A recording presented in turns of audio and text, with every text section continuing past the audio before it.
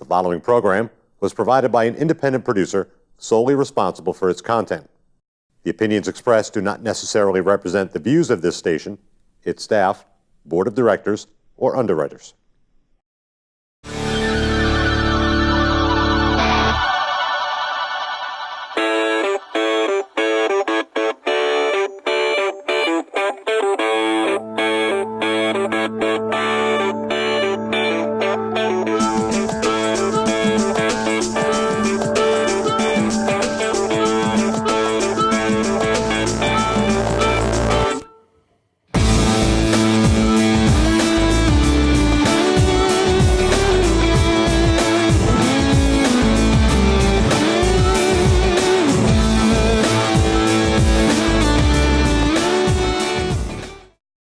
Welcome to another episode of Speaking with the Senator. I'm Senator Kevin Avard, representing District 12 here in New Hampshire.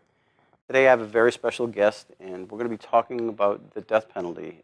Many of you may know my guest, Michael Farrell, from the famous show called MASH. Yes, that famous show. I grew up watching you, and you're here in the flesh, and it's just, it's amazing. And welcome to the show, and it really is an honor. That's very sweet of you, Senator. The pleasure is mine. Thank you very much.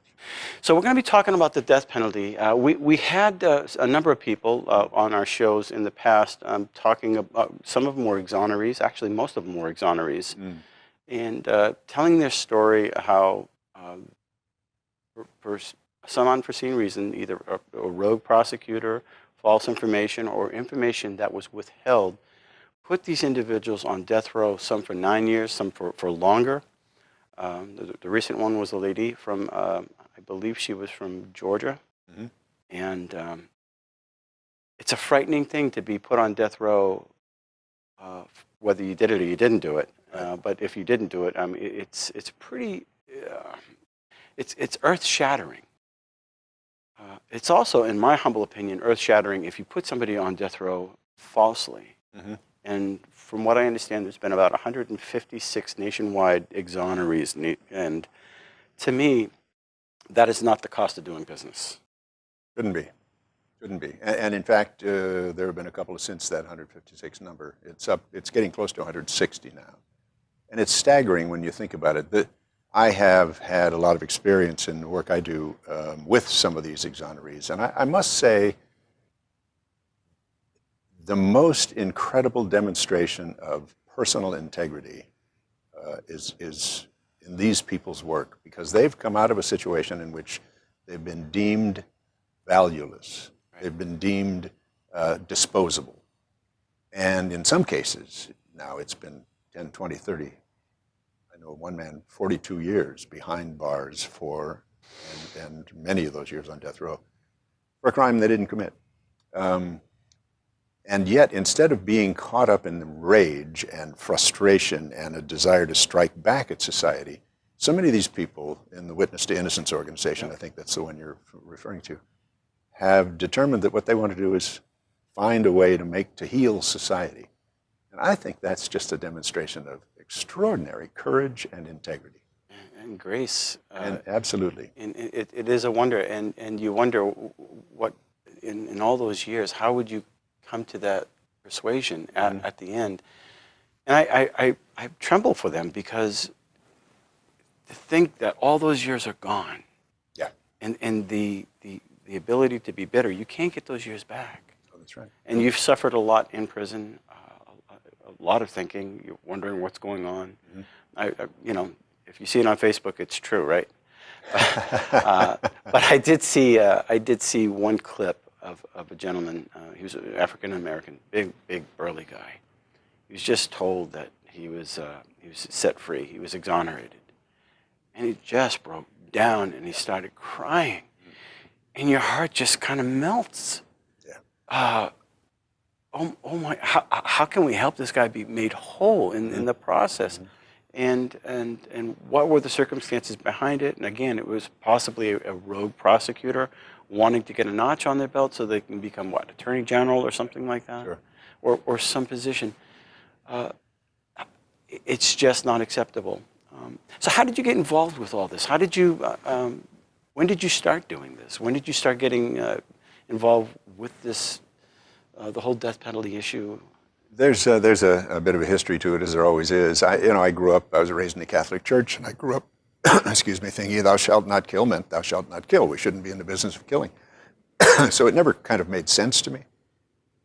But when I was involved in my 20s with an organization that went into prisons, a halfway house organization that tried to offer a program to people who were coming out of prison that could steer them in a direction that they hadn't gone that time, maybe give them a shot at having a better life.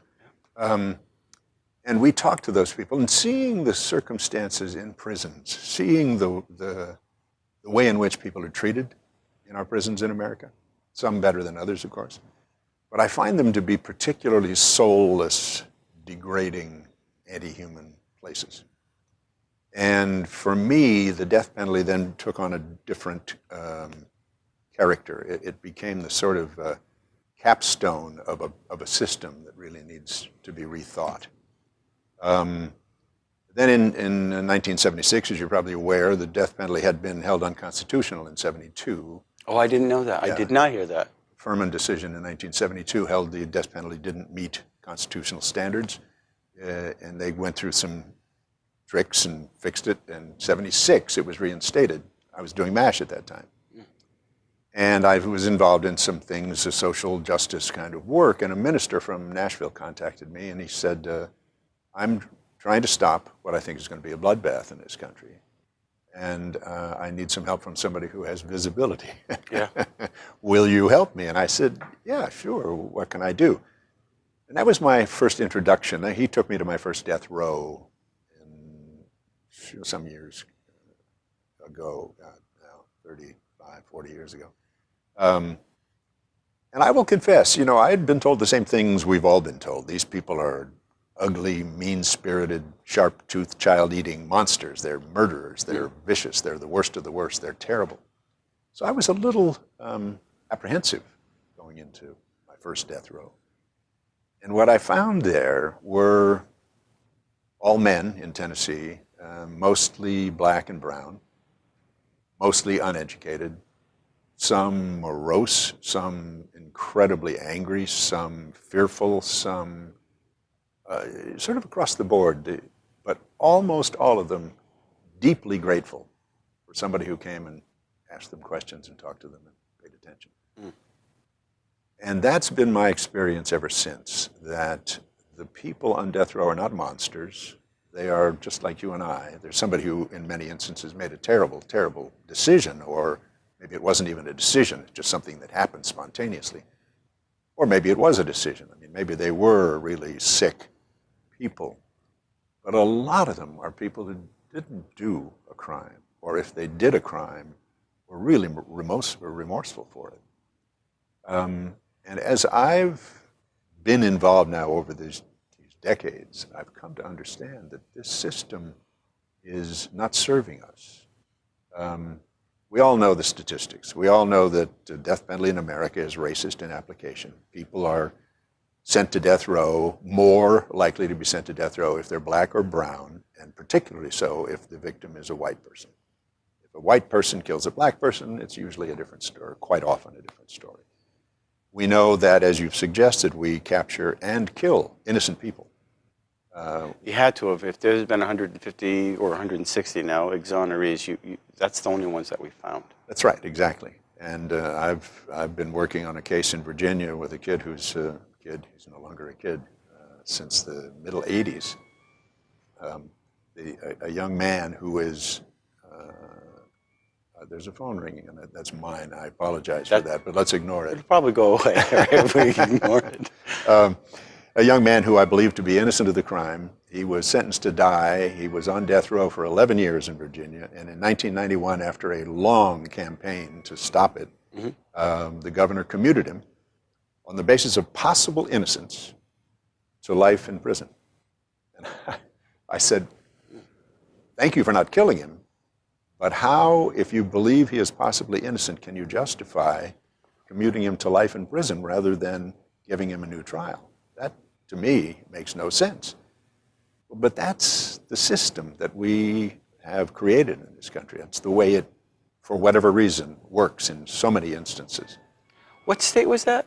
Virginia. Virginia. I thought I saw something about Tracy and I, my wife. We watch 24 Hours and shows that talk about things. Oh, yes. This particular issue, and there was one gentleman. He wasn't a genius. Let's just say, Right. and he was questioned for over 24 hours. Wasn't allowed a bathroom break. The whole nine yards. Just wore him down. Right. And finally, he made a false confession because I wanted to go home. Right. Exactly. And it was a situation where, he got his man, But Yep. this, Yep. and the actual two perpetrators of the murder confessed that it wasn't him. They just used him, and the governor at that time didn't. It sounded very similar. Oh, it's interesting. It wasn't Joe, but Anyway, Earl Washington. There are any number of these cases where, for whatever reason, Earl Washington may have fit the description you just gave. But for fear of letting somebody go, there's that sense of self-preservation because you don't want to be held or looked at as soft, Right. and you don't want your constituents to say, "Hey, you know what? You're a flaming liberal." Sure. But at the same time, looking at it biblically, and we talked about this off camera, it's unacceptable for God to kill somebody or shed innocent blood. Yes. And we can't always be 100% sure or and 95% sure. Right. It doesn't seem to work, But I interrupted you. If you're a thinking person and a caring person, as you obviously are, no, it doesn't make sense. And it doesn't make sense from any number of perspectives. If you look at our Constitution and you look at the way in which we have tried and tried and tried to configure this system into fitting the Constitution, I think you'll find that it's just not a match. First of all, it's broken. The racial imbalances we've talked about, the cost of it is hideous. Cost of maintaining the death system in my state, in California, is $184 million a year, whether you execute anybody or not. We haven't executed anybody in California for 11 years.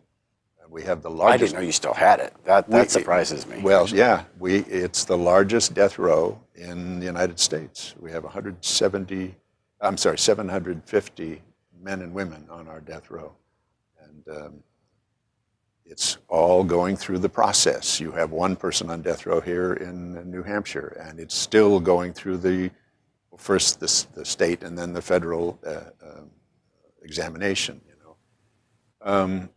It's required by the basis of law in our Constitution, but it is hideously long, terribly expensive, and ultimately valueless, it seems to me. I think it was John Adams that said, "Rather let 1,000 men go free than execute one innocent man." And I believe that is a true quote. You had mentioned that there was one of the signers of the Declaration of Independence. Benjamin Rush has become one of my heroes the more I know about him. He signed the Declaration of Independence, was one of the sponsors and supporters of the Constitution. He was an inspiration for Thomas Paine. He was a doctor, the first psychiatrist in the United States. He wrote a book on psychiatry. And he started the Pennsylvania Prison Project. He said that he opposed the death penalty, and he was first anti-slavery, one of the first voices against slavery. But he opposed the death penalty because he said it not only demeans us to be in the business of killing people, but it brutalizes us. And he was talking about not only about brutalizing that individual, brutalizing, having an effect on the person who does the execution, the hangman or the electrocutioner or the giver of a lethal injection. There is a price those people pay. And that price is our price because we are the ones who hire them to do that deed. But he said this has a brutalizing effect on society in his experience. And I just look at that. When somebody said we have the right, whereas the Constitution says everybody's Creator has given us the right the unalienable right to life, liberty, and the pursuit of happiness. So they made a compromise, just like they did about slavery and just like they did about the Native Americans and some other compromises. But that compromise was, well, we can't just guarantee everybody life. We have to be able to take that life.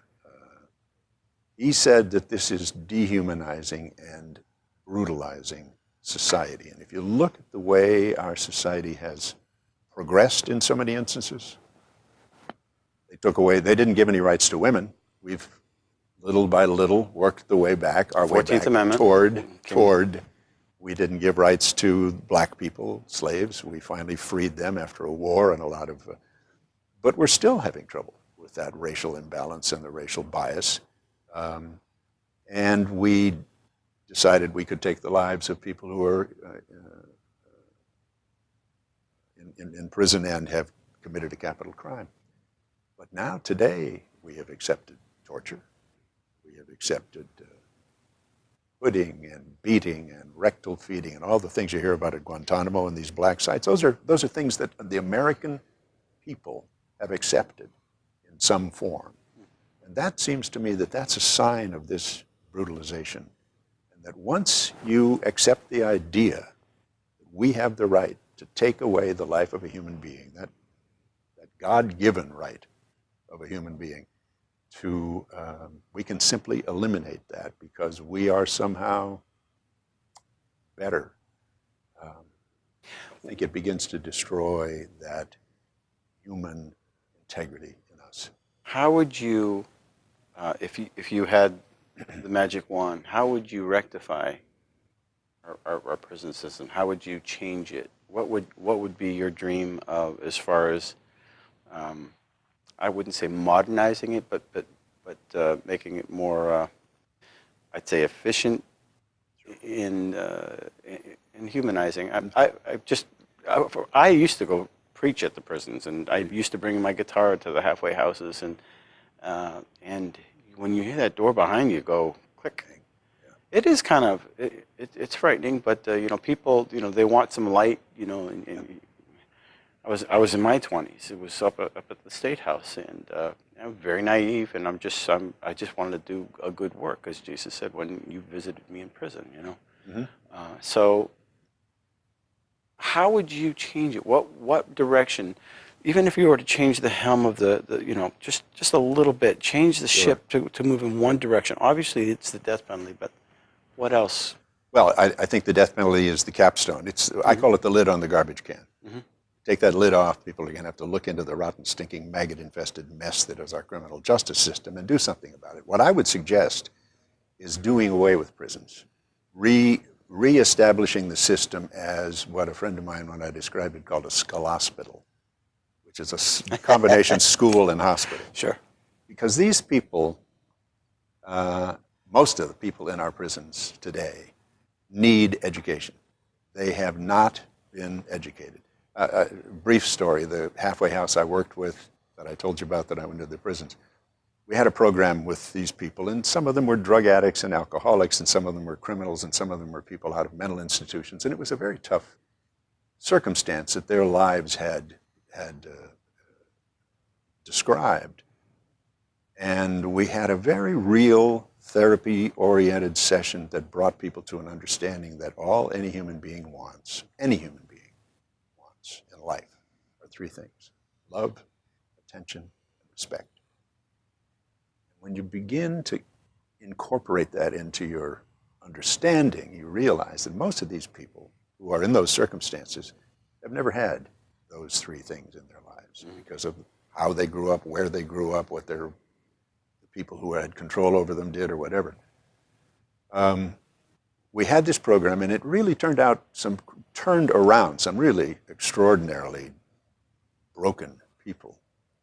And a social worker came into an event we had and met some of the people, and he turned to the man who ran the program, and he said, "You've done a great job of rehabilitating these people."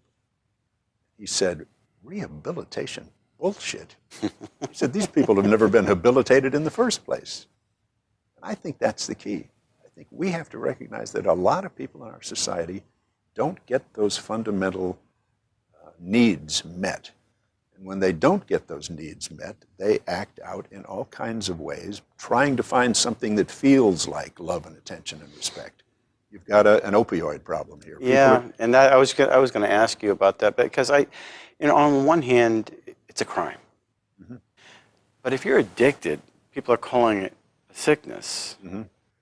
But you're going to go to jail for that sickness, and there's a weird cycle, and so we have to do some of our thinking. Why are you hurting so bad inside? Were you raped? Were you beaten? Did you not have any love of your parents? Did you do poorly in school? There are a number of issues that could be addressed that way, but if you fall behind and you get caught up into either alcohol, pot, or heroin, we're going to put you in prison. Mm-hmm. As though that's going to solve the problem. And where you're going to learn how to do it better. That's exactly right. So yeah, I think that we really do need to rethink that, and I don't know if is it forced rehabilitation? You're getting people. Well, you have the sickness. You've got to recognize it. You got to go through the Joe Harry window, if you will, sure. And come to grips with this, and we're going to help you with that. It's going to be like, all right, this is your treatment, and we're going to help. Instead of it being a prison, yep, it would be a treatment center. Exactly, and if you give somebody an opportunity, I don't know anybody. I've never met any. There are some pretty hard cases I've met, I will say, but there are, and we have to accept that. And I said use the term broken. I think we're talking about broken people. We're talking about, and some of those broken people can be mended. Maybe not all of them, but at least we have an obligation, I think, to try. And I've never met anybody in prison who, if you gave that person an opportunity, you wouldn't or she wouldn't accept the challenge and say, well, what do you mean? Maybe a lot of them have been cheated throughout their lives. But school, partly school, partly hospital. Some of them have physical needs. Some of them have psychological needs. Most of them have emotional needs. But they also have a need of education. Mm-hmm. The degree of illiteracy in our prisons says a lot about. I've heard that more than once, and getting them educated. Obviously, in helping people get back on the road is really it's something to look at. I know there was a nice little secret that I discovered here in New Hampshire. There's an organization called My Turn, and it's for those people that made some bad decisions. And once you make those bad decisions and you have a track record of those bad decisions, and then you decide, well, you know what, I want to stop this, and then you try to make the good decisions, well, I'm sorry, those bad decisions are going to follow you. Yep. So My Turn basically, it's a federally funded program, but they help you, okay, look, we're going to make you accountable, we're going to get you back into the job force, we're going to help you with your credit thing, and we're going to get you educated, and we're going to get you on the right road. And I, wow, how come I haven't heard about this? Because there are a lot of guys and women that have made bad choices. Yeah, sure. And if you don't provide some type of opportunity for them to get back onto the right road, the old habits kick back in. Mm-hmm. And I know we wanted to talk about the death penalty, but I think there are solutions that are out there, but they need to be exploited a little bit more. Yeah. And we do need to rethink. I agree.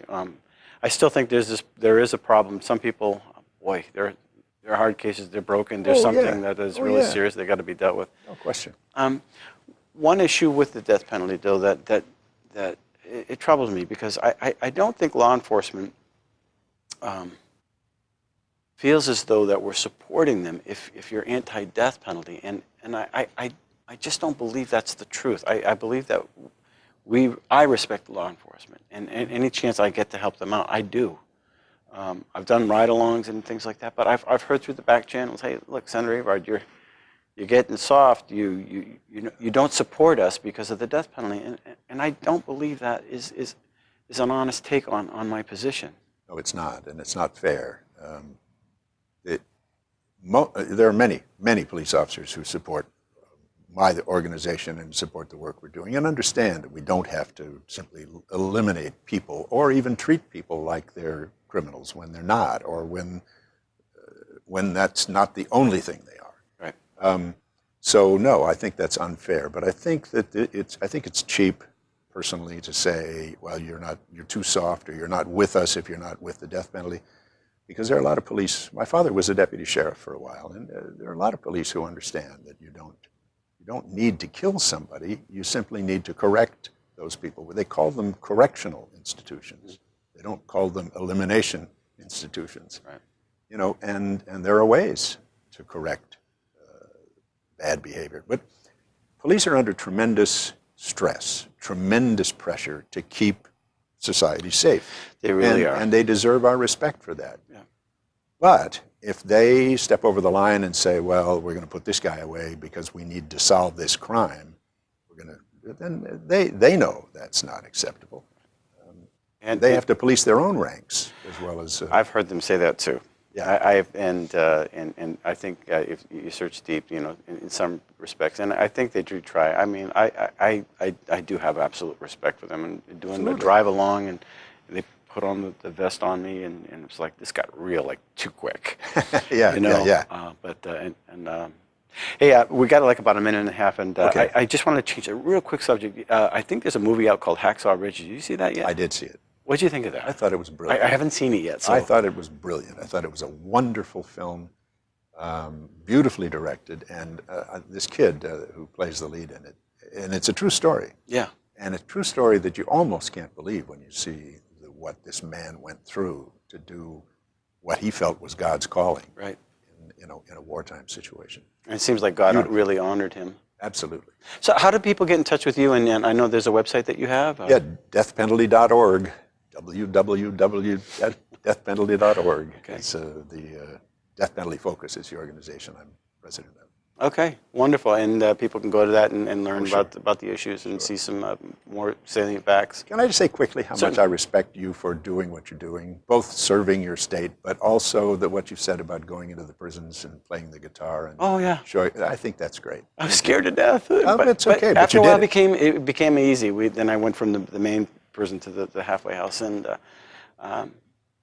you look at it as human beings. That's the key. And it's key. So, Michael Farrell. Michael Right. Farrell. God Thank bless you. And thank you very much for coming on the show. It's an honor. So thanks for watching Speaking with the Senator, and we appreciate it. And please visit the website if you want to learn more about the issue. Until next week, we'll see you.